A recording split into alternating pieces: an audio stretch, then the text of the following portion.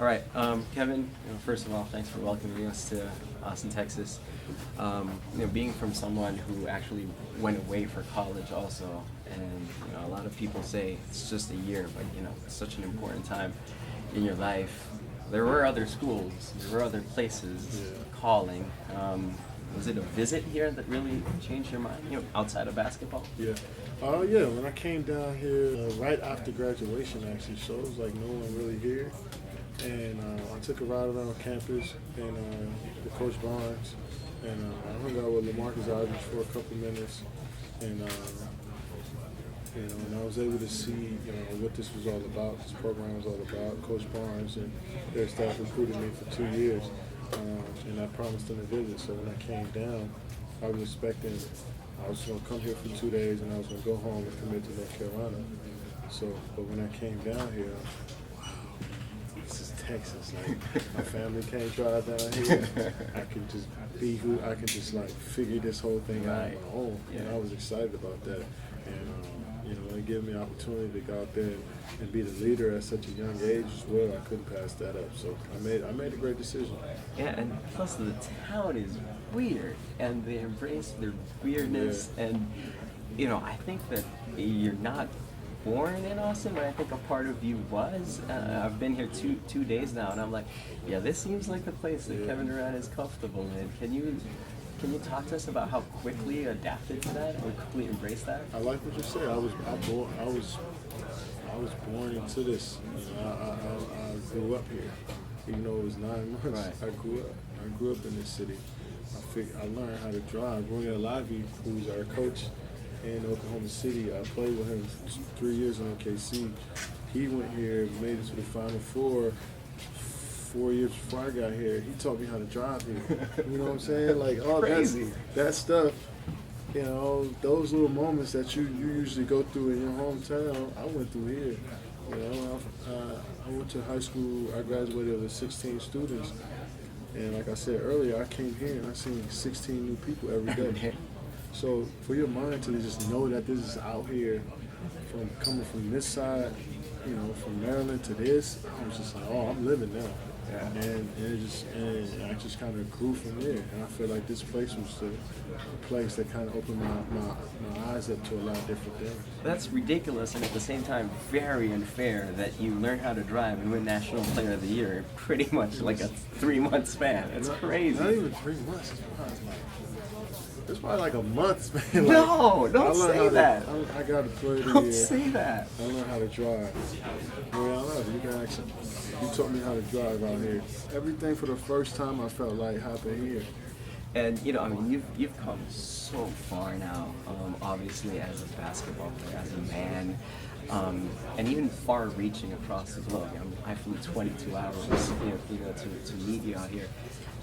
How often does that, register with you? How often do you think about that? That okay, I can go to Asia, I can go to Europe, I can go to here, there, any part of the world, and people are gonna love you. They're gonna feel like they're a part of your life or part of your journey. That's the crazy thing that sports does. Everybody wants to have a brand, wants to be a signature athlete. But if you didn't grow with this person, you look at what makes LeBron's brand so unique. He came in at 18 years old, and you've been through everything with him. Right. With one brand, he's been with Nike since he was that young, up until now.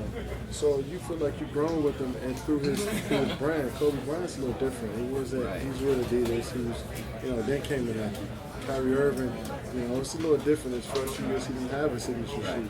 So with me, 18 years old, having my own signature shoe up until now, 9 shoes, I feel like everybody is just seeing the growth in me as a player and as a person. And they look at my first shoe, they can say, wow, I remember when KD was 18 years old, 19 years old, Yeah. So I feel like just having that exclusive relationship with Nike sets me apart from the other brand.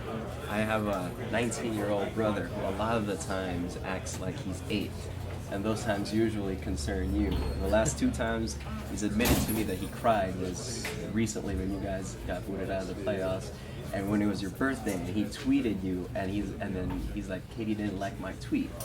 And I'm like, get over it. You got like 1 million followers. But I wish like, I could. how important is it, for you to, and you're such a great role model in modern office work, but how important is it for you to be that, and how difficult is that to, guys like him, teenagers in Philippines, in Asia, looking up to you?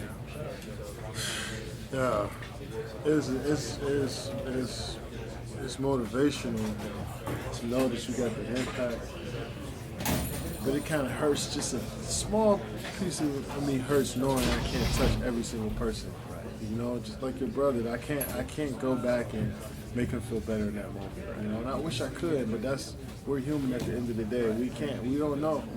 That's the thing. You don't know the people you touch all around the world until you tell a story about it. Well, so, he's watching this. He's going crazy right now. Hey, his name's Francis. Francis, I appreciate it. Really, for real, from the bottom of my heart, it means the world to me. Like, you don't know how much it means when someone looks up to me as a basketball player, as a person too. So, we don't take that stuff for granted. We may not see it all, but that stuff means a lot to us. That's why we play. That's why I started playing, because I seen someone and they inspired me to play, and it's just a cycle. I'm just grateful to be a part of that. So thank you, man.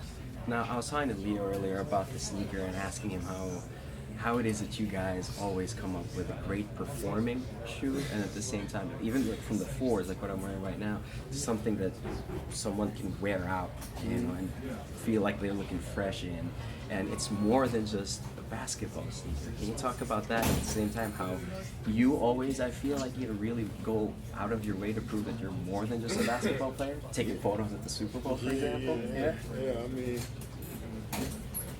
I don't care if people know what I do.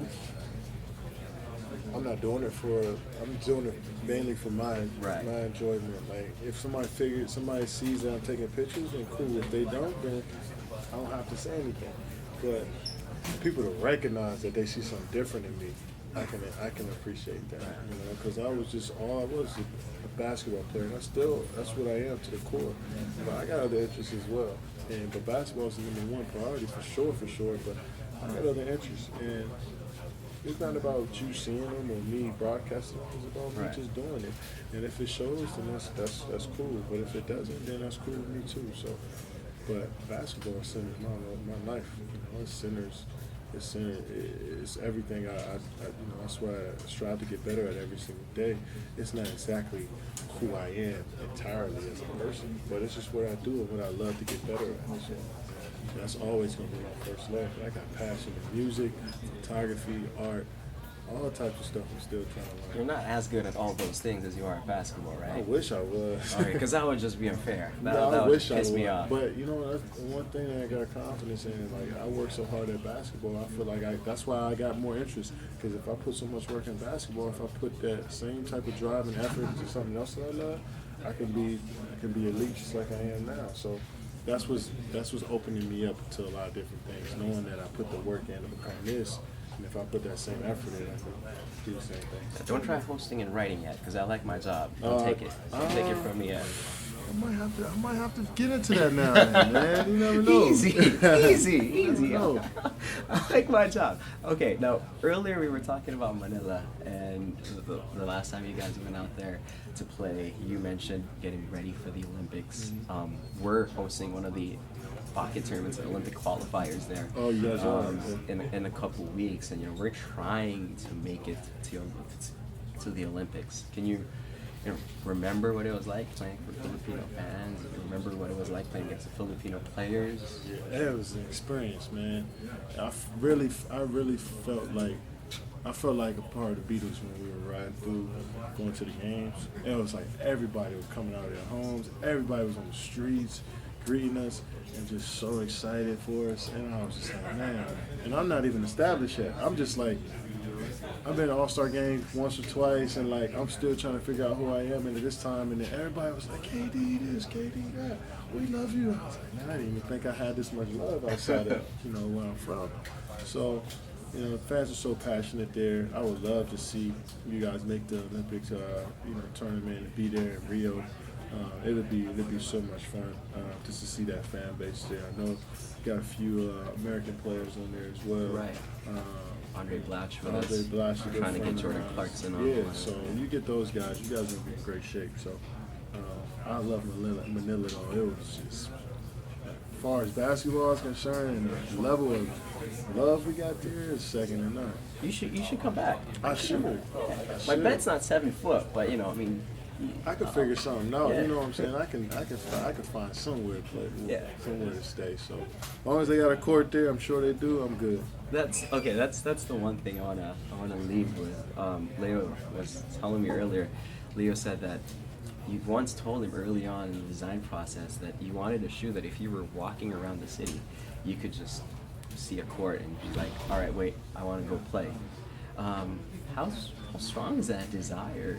Still, I mean, you play at an NBA level, and you're against the best in the world all the time. But I mean, if we're walking around the block here and then you see a court, there's still a dog in you that goes, all right, let me hoop for a bit. Yeah, well, I can shoot at anything. I can shoot jump shots at any shoe, dress shoe, any shoe, walking shoe, any shoe. But the difference is if somebody tried me, if somebody really actually tried me and think they can beat me one-on-one, which people have before, I need something that's going to lock in and I'll be able to win 11-0 if I play anybody. So where People I'm from, don't do that. Yeah, Come on. where I'm from, people try you a lot. People try you a lot because they see it on TV and they think it's a fluke. So anybody got something to say? I paid my dues when I was first, second, third year in the league, so people don't try me no more. Right. But before they used to try me, and I had to check up and play, and I had to jump in some games sometimes. So I needed some shoes in my trunk that's able to, let me go out there and beat me. So that's the approach we took with this one. Right. Well, I think maybe I could do it, but you had to have your hands handcuffed, blindfolded, and you could only shoot with your left foot. Damn. And you had to give me +10. Maybe I might beat you. I don't even think Maybe. you want to play then. You didn't even have to do nothing to get that W. Yeah, exactly. But once I get untied and once those rules is over, then I'm gonna find you somewhere. I know. I saw a video of you dunking on a kid. I was like, tomorrow we're gonna go do a workout together. That's gonna be me. Yeah, it might be. Yeah. Somebody in here going to dunk on me. Oh, I'm gonna watch out for that. Thank you very much. No problem, Appreciate man. It's a it. pleasure. Thank you. All right, buddy.